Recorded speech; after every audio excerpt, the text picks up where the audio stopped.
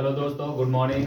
मैं CP sir अपने YouTube channel math मस्ती विद सीपी सर में आप सभी का स्वागत करता हूं। आइए देखते हैं कक्षा 10 का अगला क्वेश्चन है निम्न द्विघात समीकरण के मूलों की प्रकृति ज्ञात कीजिए।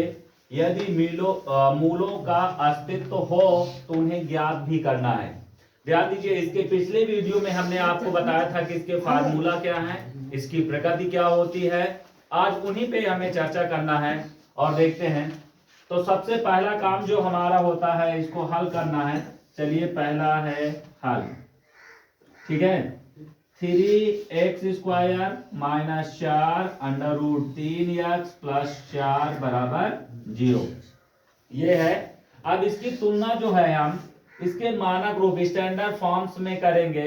वो है हमारा ax² plus bx plus c बराबर 0 से तुलना करने पर 0 से तुलना करेंगे तो x² का जो कॉफिशिएंट है वो a है और यहाँ क्या है 3।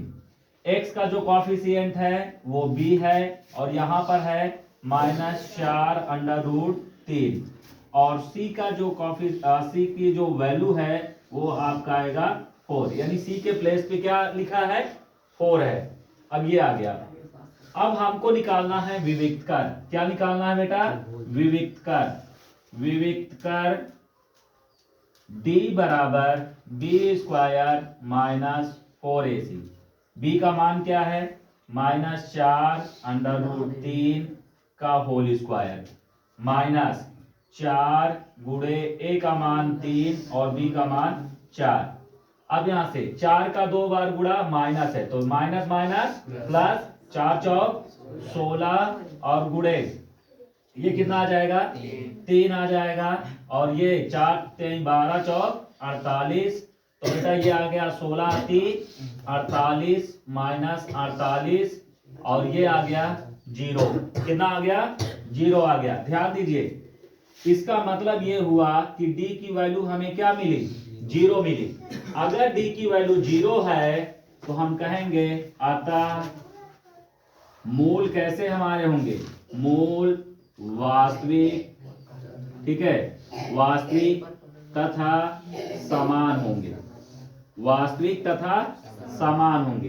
ध्यान दीजिए, हमने कंडीशन लिखवाया था आपको 3 कंडीशंस।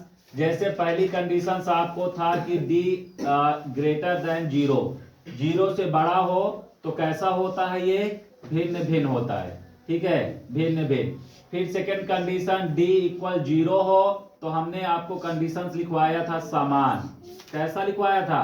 समान। और थर्ड कंडीशन था d < 0 हो तो कैसा होगा? मूल काल्पनिक होंगे। कैसे होंगे? काल्पनिक। ये 3 कंडीशन लिखवाया गया था। ठीक है, इन्हीं 3 पे अगर चर्चा करें तो हमारा d का मान कितना आया? 0 आया। अतः मूल कैसे होंगे? वास्तविक तथा समान होंगे। और हमसे ये भी कहा है प्रकृति ज्ञात कीजिए।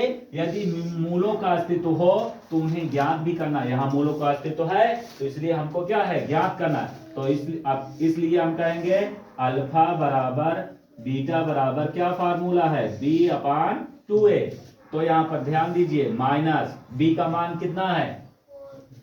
ये सूत्र का माइनस है और ये वैल्यू में है -4 √3 और पूरे का बटा 2 गुणे और a की वैल्यू क्या है? 3 है।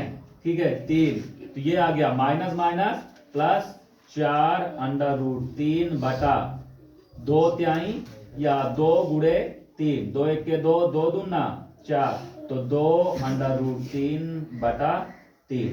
ठीक है, ये वैल्यू आ गई। अब यहाँ पर हमको ध्यान देना है, इसका मतलब क्या हुआ? अल्फा बराबर भी 2 √3 बटा 3 आएगा और बीटा बराबर भी 2 √3 बटा 3 आएगा। ये अल्फा और बीटा के मान होंगे। ठीक है, समझ में आया? ये समझ में आया कि नहीं? मूल समान तो है, समान है तो कैसे हैं? कौन क्या वैल्यू होगी? तो ये फार्मूला होता है -b/2a।